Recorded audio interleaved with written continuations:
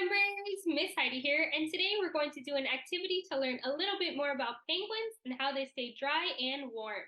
So for this activity, we're going to need a couple supplies.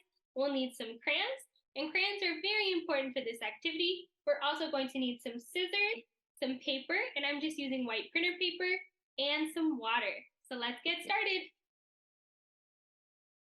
So penguins can stay several months and travel thousands of miles in freezing cold water. They swim, they eat, they even sleep in that cold water. And they have to make sure that they stay dry and warm. So how do they do that? So penguins actually have a lot of feathers that are densely packed together that cover their entire bodies. That means that they have a lot of feathers and they're everywhere. And these feathers have an oil-producing gland that makes their feathers feel waxy. And the wax on the feathers repels cold water and keeps them dry.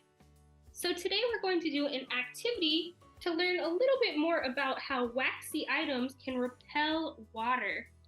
So our waxy item that's going to represent our penguin feathers is going to be a crayon. And crayons have wax. And we're also going to use some water today. So to start your activity, you're going to draw a penguin. And when you draw a penguin, you can use a pencil or anything you prefer. But then when you color it, you want to make sure your entire penguin is colored with a crayon. So this includes all of these white parts. You want to make sure it has crayon all over. And it's a nice thick layer because penguins have densely packed feathers. So once you have your penguin all ready to go, then we can test out our experiment and see how waxy items repel water. So to set up your activity or experiment, you're going to set down a piece of paper. This is just going to be a base to protect your surface. And then you're going to take one piece of paper that's just regular, no wax on it, no crayon, and your penguin. And we're going to see what happens between the two when we add water and what difference we see. So you can start with your regular piece of paper and spray on your water. And in my water, I added a little bit of food coloring just so we could see the difference a little clearer. So spray it on your paper.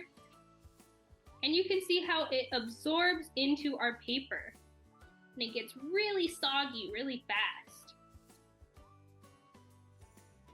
Now let's check out our penguin. So remember, our penguin has our waxy crayon on it, just like normal penguins in the wild have oil-producing glands that have wax in their feathers. So let's spray on our water and see what happens. You see how the water just rolls right off of our penguin? That is the wax repelling the water. And that's how penguins are able to stay dry and stay warm when they're in cold water. I hope you enjoyed this experiment and I hope you try it out yourself. Thanks for watching. Bye.